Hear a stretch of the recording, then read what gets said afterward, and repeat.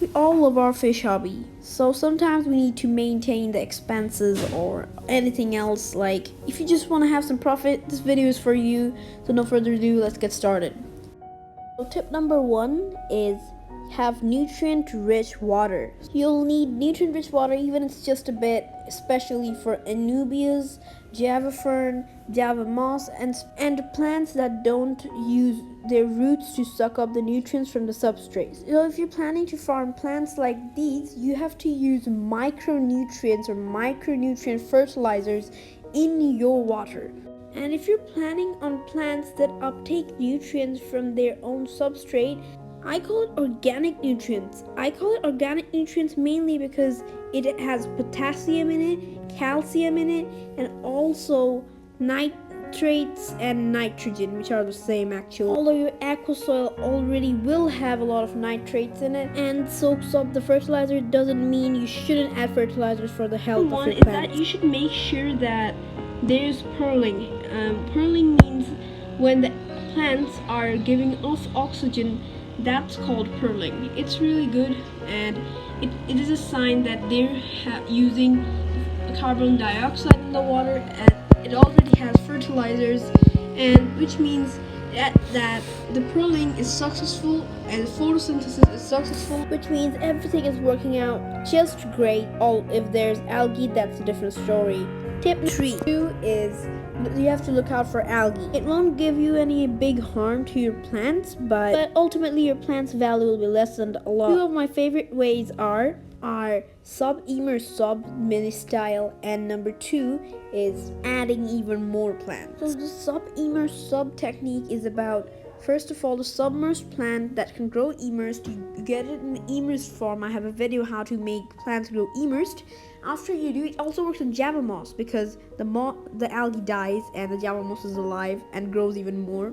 So what happens is that, as you can see in there, algae can't survive without enough water. So the algae dies, the Java moss increases and is better. But don't throw your Java moss. #MiniGuppy inspired.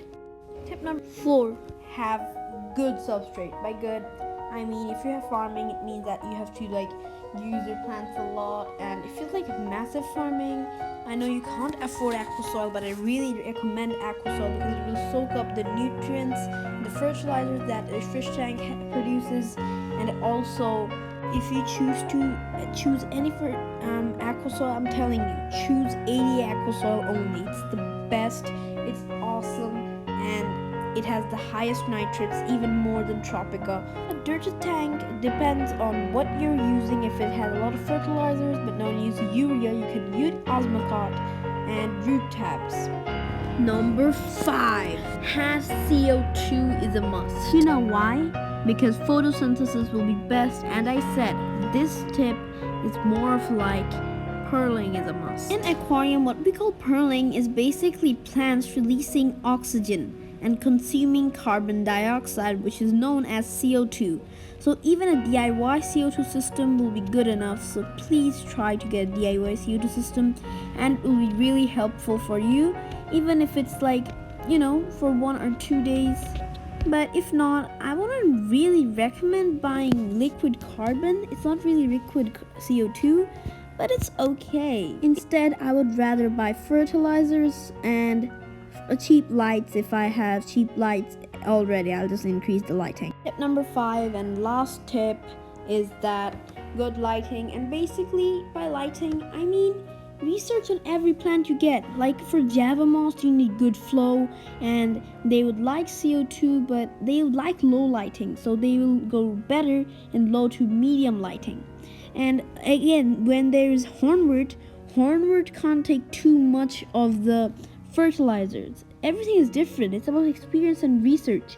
And so every single plant you get, have research in it, experience in it, then start a plant farm, and that's it. Good luck. I know you can do it. And that's it. Have good filtration, good flow, and that's it. And don't forget to keep your hands wet.